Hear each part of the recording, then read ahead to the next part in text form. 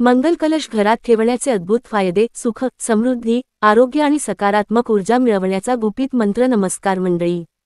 आपल्या भारतीय संस्कृतीत प्रत्येक वस्तूला, प्रत्येक परंपरेला एक गूढ आणि वैज्ञानिक अर्थ असतो. त्यापैकीच एक अत्यंत महत्त्वाची आणि पवित्र गोष्ट म्हणजे मंगल कलश. आपण सण, उत्सव, गृहप्रवेश, नवरात्र, लग्न किंवा कोणत्याही धार्मिक विधीमध्ये कलशाची स्थापना का करतो? यामागे केवळ श्रद्धा नाही, तर वास्तुशास्त्र, ऊर्जा विज्ञान आणि आरोग्याशी संबंधित फायदे दडलेले आहेत. आज आपण केवळ धार्मिक दृष्टिकोन नाही, तर वैज्ञानिक आणि ऊर्जात्मक कारणांनी घरात मंगल कलश ठेवण्याचे फायदे सविस्तर जाणून घेणार आहोत. 2. मंगल कलश म्हणजे काय? कलश म्हणजे पाण्याने भरलेला तांब्याचा, पितळेचा किंवा मातीचा घट, ज्यावर आंब्याची पानं लावली जातात आणि त्यावर नारळ ठेवला जातो.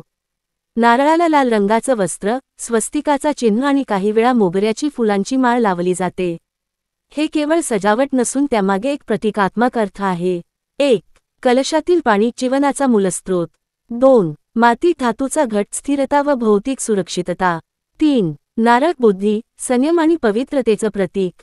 4. आंब्याची पानं, आयुर्वेदानुसार औषधी व सकारात्मक ऊर्जा देणारी. 5. लाल वस्त्र व स्वस्तिक, शक्ती, शुभत्व आणि मंगलकार्याचं प्रतीक. 3. धार्मिक महत्त्व. हिंदू धर्मात कलशाला देवांच्या आसन मानलं जातं. देवी देवतांना आमंत्रित करताना कलशाला मध्यवर्ती स्थान दिलं जातं. देवी लक्ष्मीचं वास्तव्य मंगल कलशात होतं असा विश्वास आहे. नवरात्रात कलश स्थापन करणे म्हणजे 9 दिवसांसाठी शक्तीची उपासना. गृहप्रवेश, लग्न, सत्यनारायण पूजा या सर्व प्रसंगात कलशाशिवाय विधी अपूर्ण मानला जातो. 4. घरात मंगल कलश ठेवण्याचे फायदे. 1. सकारात्मक ऊर्जा वाढवतो.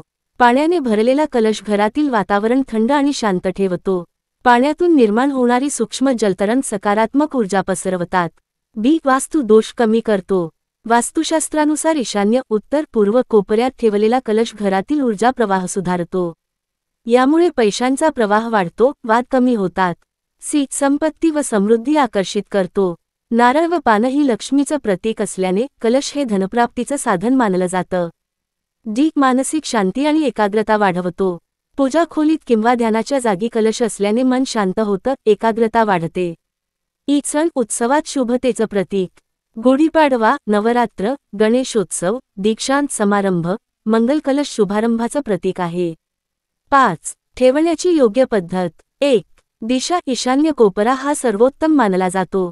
2. साहित्य, तांब्या, पितळ, मातीचा घट, स्वच्छ पाणी, आंब्याची पानं, नारळ, लाल वस्त्र, स्वस्तिक. 3. जल बदलणे, आठवड्यातून किमान एकदा पाणी बदला. 4. नारळ व पानं बदलणे, ताजी पानं आणि नारळच वापरा. 5. मंत्रोच्चार, स्थापनेवेळी ओम श्री महालक्ष्म्यै नमः किंवा ओम विष्णवे नमः मंत्र जपा.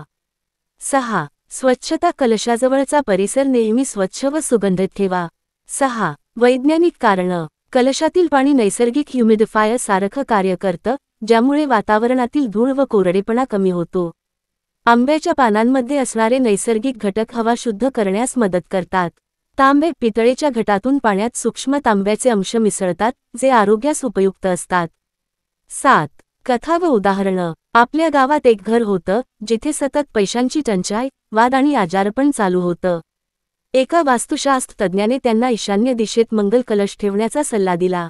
काही महिन्यांत घरात वातावरण बदललं, व्यवसाय वाढला, आरोग्य सुधारलं आणि घरात आनंद परतला. 8. निष्कर्ष आणि प्रेरणा. मित्रांनो, मंगल कलश हा फक्त पूजा वस्तू नाही, तर तो आपल्या जीवनात सकारात्मक बदल घडवण्याचं साधन आहे. योग्य पद्धतीने ठेवला तर तो आरोग्य, संपत्ती, शांती आणि समृद्धी देतो. जर तुम्हाला हा व्हिडिओ उपयुक्त वाटला असेल तर लाईक करा, शेअर करा आणि सबस्क्राईब करा.